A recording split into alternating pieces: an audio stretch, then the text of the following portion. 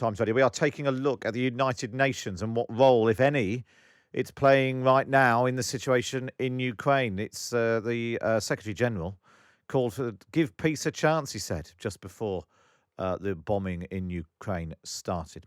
Let's speak now to Lord Malloch Brown, former government minister here in the UK. He was also Deputy Secretary General at the United Nations.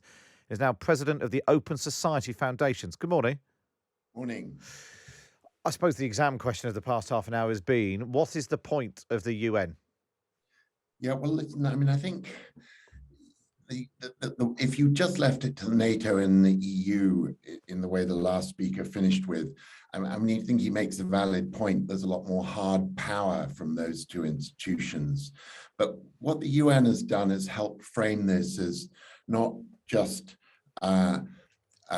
Russia versus the West, but if you like, Russia versus the rest, this 141 member vote in that against 5 for the Russian side of the argument in the UN General Assembly, I think showed a solid global majority of states, condemning what Russia has done, this unprovoked invasion. And, it's quite right. That's not going to change the course of the conflict or give Putin very many sleepless nights. But it does mean if this thing, as it likely may, continues to grow into a wider European conflagration, it rescues it from just being about Europe. It presents it properly as a threat to the global system. And when you have very eloquent African representatives at the UN saying, a kind of brazen invasion of your neighbor's border is something we in Africa are as worried about as anybody in Europe, because we've got these inherited, rather fragile colonial borders that we've got to make the best of. Then you got this conflict where it should be, which is a threat not just to the people of Ukraine, but a threat to the whole international system. And I think that is an important argument to make, and it's the UN where it's made. But as I say, that's a soft power issue. It doesn't take away from the argument that the UN hasn't got much hard power to apply to this. And I suppose just because at this precise moment Putin has decided to turn his back on and ignore the UN doesn't mean that it hasn't played a role up until now. Maybe doesn't play a role for other leaders who might be thinking about stepping away from the international club, if you like. Well, that's right. I mean, but, look, this is a very bad time for the UN. Let's not make any pretense otherwise about it. The gridlocked Security Council preceded the Ukraine conflict, but it sort of reached a new low during the conflict with the Russians, completely facetiously using the council to make completely absurd and fake claims about chemical weapons in Ukraine. And, so the sort of trivialization of the council following on its gridlock, it really is a blow to the legitimacy of the organization as a whole. And I was in New York last week and heard the term League of Nations as a potential future for the UN mentioned more than I have in a long time. So, it is fundamental. And the problem is that, this display of hypocrisy and double standards by Russia, and by no means the first such display by different P5 members of the Security Council, but arguably the most extreme we've ever seen, actually sort of casts a pall over the legitimacy of the organization's action on any other conflict. So, you've got conflicts at the moment in Ethiopia and elsewhere.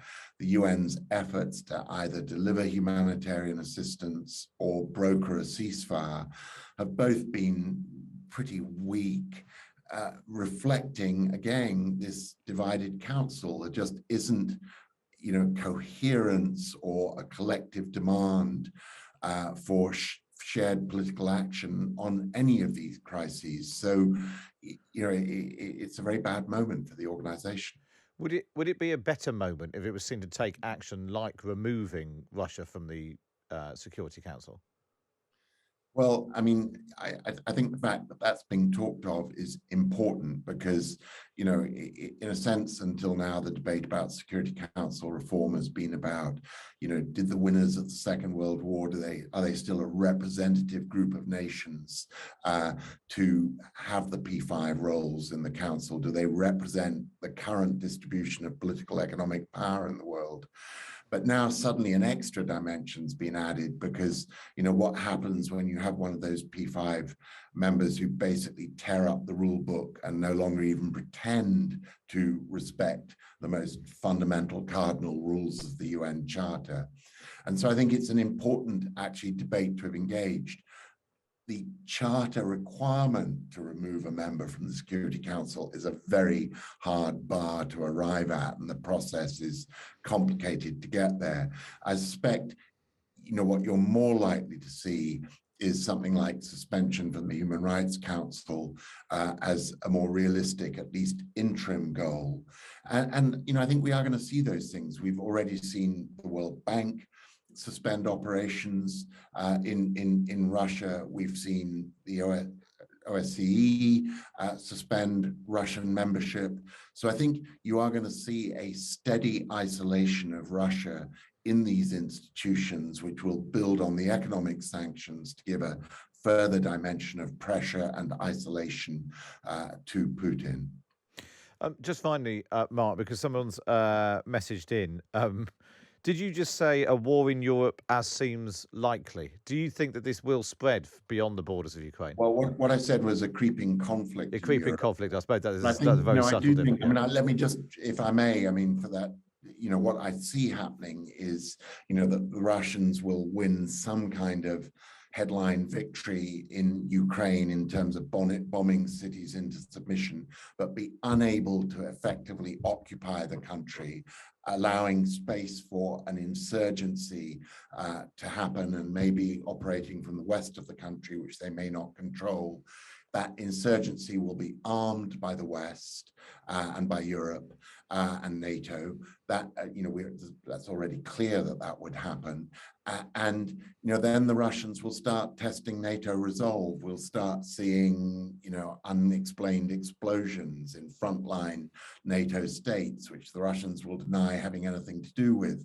But it'll see a creeping zone, I fear, of insecurity, of targeting of civilian infrastructure in countries like Poland and the Baltics.